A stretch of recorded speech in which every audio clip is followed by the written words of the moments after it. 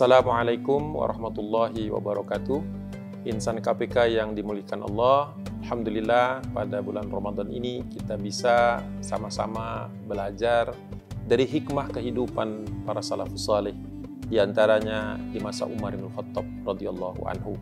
Umar kita ketahui hanya memimpin kaum muslimin kurang lebih 10 tahun. Akan tetapi dalam 10 tahun itu Umar bin Khattab berhasil mendirikan dan berhasil mengondisikan masyarakat yang sangat cinta kepada akhirat dan tidak terlalu terpaut kehidupannya akan dunia. Itu adalah salah satu kunci keberhasilan Umar.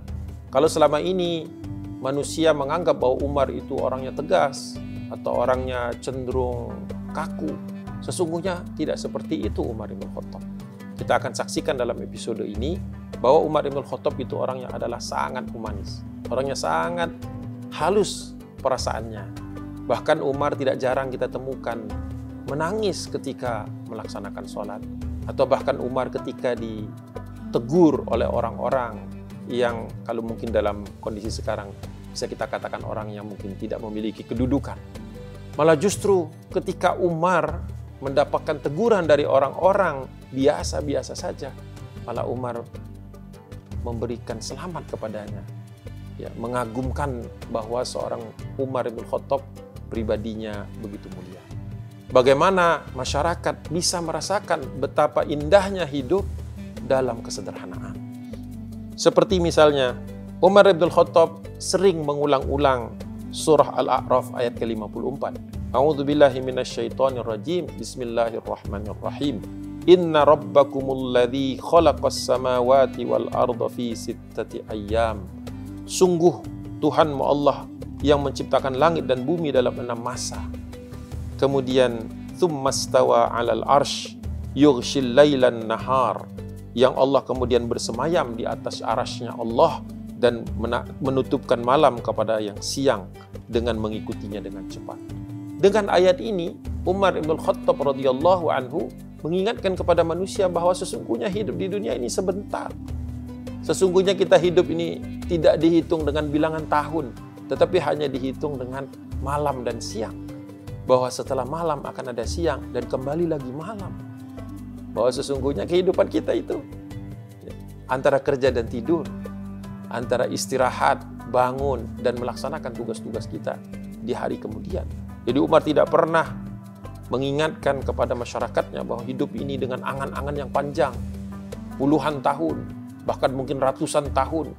Inilah yang menyebabkan banyak manusia karena merasa akan hidup lama, bahwa dia akan merasa akan hidup mungkin sepanjang tahun, ya. Bahkan ada ungkapan forever young dulu waktu di zaman mungkin tahun 80 90, ketika manusia ingin hidup selama-lamanya. Inilah yang menyebabkan mereka merasakan sedih, merasakan berkekurangan. Dia membandingkan dengan manusia-manusia yang lain. Padahal seharusnya kita membandingkan dengan diri kita sendiri. Bagaimana kita yang sekarang dibandingkan kita yang lalu? Bagaimana kita yang sekarang dibandingkan dengan kita yang akan datang? Kita tidak berkompetisi dengan manusia lain. Kita hanyalah berkompetisi dengan diri kita sendiri. Kita harus men-challenge diri kita untuk menjadi yang lebih baik di masa yang akan datang. Lebih baik pada saat ini. Itulah yang ditanamkan oleh Umar bin Khattab radhiyallahu anhu. Kemudian Umar juga mengingatkan kepada masyarakat yang dipimpinnya melalui surat Qaf ayat 18. A'udzubillahi minasyaitonirrajim. Bismillahirrahmanirrahim. Ma yalfidhu min qaulin illa ladaihi raqibun atid. Shadaqallahul azim. Ini seharusnya kita pegang, baik kita sedang memiliki jabatan maupun tidak memiliki jabatan. Karena sesungguhnya tidak ada satu kata pun yang diucapkan oleh manusia kecuali di sisinya ada malaikat yang mengawasi dan selalu siap. Seharusnya manusia ketika dia menyadari bahwa ada 2 malaikat yang senantiasa mencatat seluruh amalannya, baik itu baik maupun buruk, baik pekerjaan ibadah yang mengandung nilai-nilai kebaikan maupun perbuatan yang mengandung nilai maksiat, harusnya cukup untuk menghentikan dia dari perbuatan korupsi.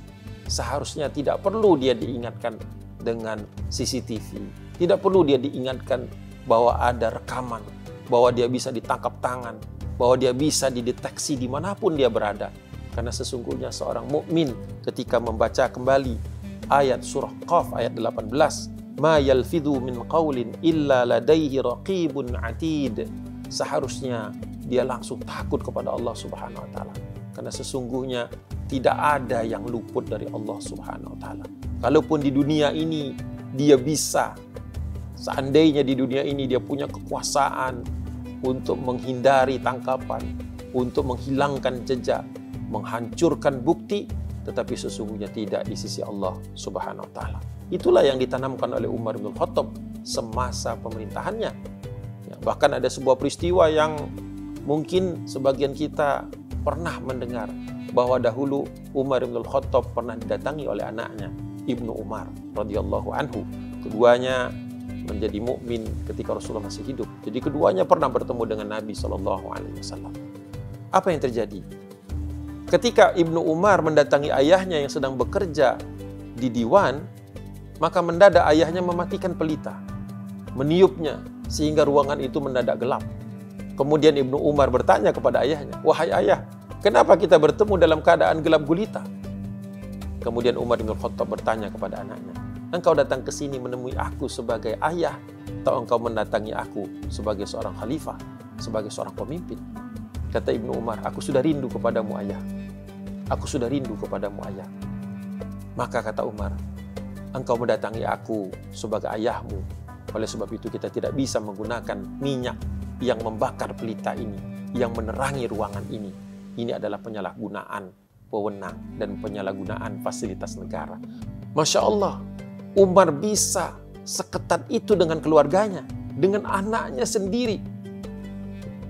Kedua orang yang dimuliakan oleh Nabi SAW bercengkerama, berbicara, melepas rindu dalam keadaan gelap, hanya karena mereka bertemu di fasilitas negara, di sebuah diwan, di sebuah kementerian. Kalau sekarang diwan itu kurang lebih, kalau kita terjemahkan itu adalah sebuah kementerian. Masya Allah. Ya, pada saat itu, maka tidak terasa bahwa kita ini sesungguhnya sudah banyak menyalahgunakan amanah yang Allah berikan.